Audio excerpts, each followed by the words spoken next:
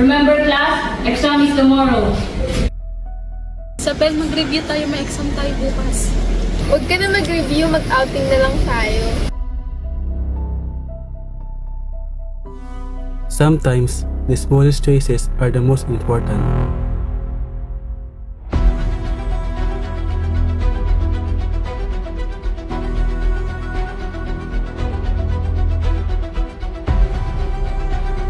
Shopping tayo?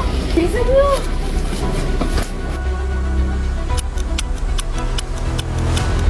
Isabel, wake up! I know you can do better than this, Isabel. Ma'am, ito na po pala yung grades ko. Ano to? Ano ba ginagawa mo sa school? One wrong path can take you far from your dreams. Huwag ka na mag-review, mag-outing na lang tayo. Pas muna po. Mag-review muna tayo dahil may exam na bukas.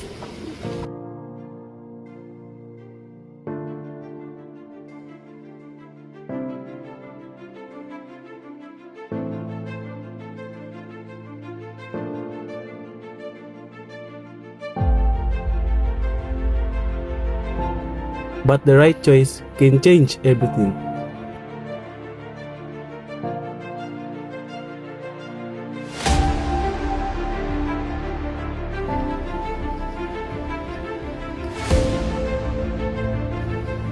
I'm proud of Isabel.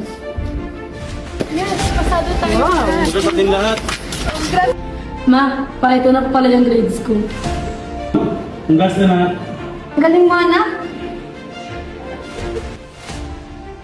Every day we are faced with choices. Some choices are easy, and some are hard. But every decision we make shapes the path of our future. One choice can lead us away from our dreams, and another can bring us closer to them. Your future isn't decided by luck. It's decided by the choices you make today.